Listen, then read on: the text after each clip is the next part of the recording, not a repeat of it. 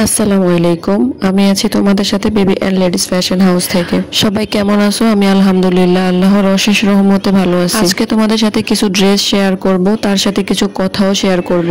এই ড্রেসগুলি অনেক দিন আগে ডেলিভারি দিয়ে দেওয়া হয়েছে। আপু ড্রেসগুলি হাতেও পেয়ে গেছে প্রায় অনেক দিন আগে, কিন্তু আমার এখনো ভিডিওটা আপলোড করা হয়নি সময়ের কারণে। আমার আপুরা যখন ড্রেস অর্ডার করে তখন তারা আমাকে একটা রিকোয়েস্ট করে যে আপু আমাদের ড্রেসগুলির ভিডিও তৈরি করে আপলোড দিবেন।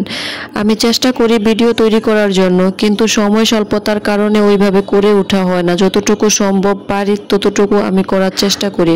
আমি কিন্তু মূলত কাজটা অফলাইনেই করতাম, অনলাইনে করার তেমন কোনো ইচ্ছা আমার ছিল না।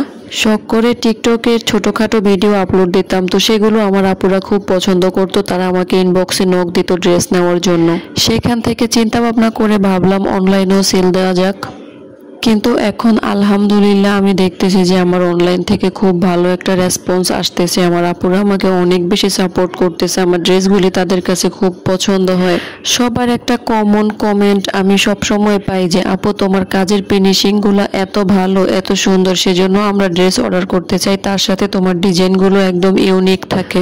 তোমাদের কাছ থেকে যখন আমি এই ধরনের কমেন্টগুলো পাই, সত্যি আমি মন থেকে অনেক বেশি উৎসাহ পাই কাজ করার জন্য।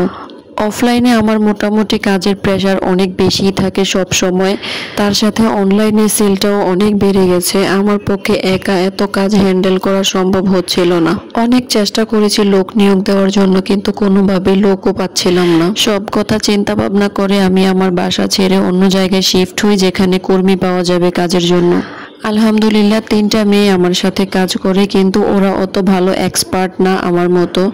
ওদেরকে আমার শিখিয়ে নিতে হবে আমার ডিজাইনগুলি। আমি যেভাবে কাজ করি সেভাবে তাদেরকে সবকিছু শিখিয়ে নিতে হবে। সবকিছু একটা সময়ের ব্যাপার, সময়ের সাথে সাথে সবকিছু ঠিক হয়ে যাবে। অনলাইন থেকে আমি যখন কোনো অর্ডার কনফার্ম করি তখন আমি সর্বনিম্ন 10 থেকে 12 দিন সময় নিয়ে থাকি আপুদের কাছ থেকে।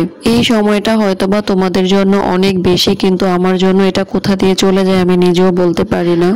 অনেক সময় দেখা গেছে অনেক আপুর পার্সেল ডেলিভারি দিতে 10-12 দিনের সময়ের বেশিও লেগে যায়। কি আর করব, কিছু করার নাই। যথাসম্ভব চেষ্টা করি যতটা তাড়াতাড়ি সম্ভব ড্রেস ডেলিভারি দেওয়ার জন্য, কারণ সবাই তো ড্রেস অর্ডার করে পরার জন্য। এতদিন পর্যন্ত অপেক্ষা করতে কারোরই ভালো লাগে না। আরও একটা কমেন্ট তোমরা সব সময় করো যে আপু তুমি মেসেজের রিপ্লাই করো না কেন? আসলে তোমরা যারা টিকটক ইনবক্সে মেসেজ করো, আমার টিকটক ইনবক্সে এত পরিমাণে মেসেজ জমে গেছে যে আমি এগুলো চেক করতে করতে আমার 2-3 দিন সময় চলে যাবে।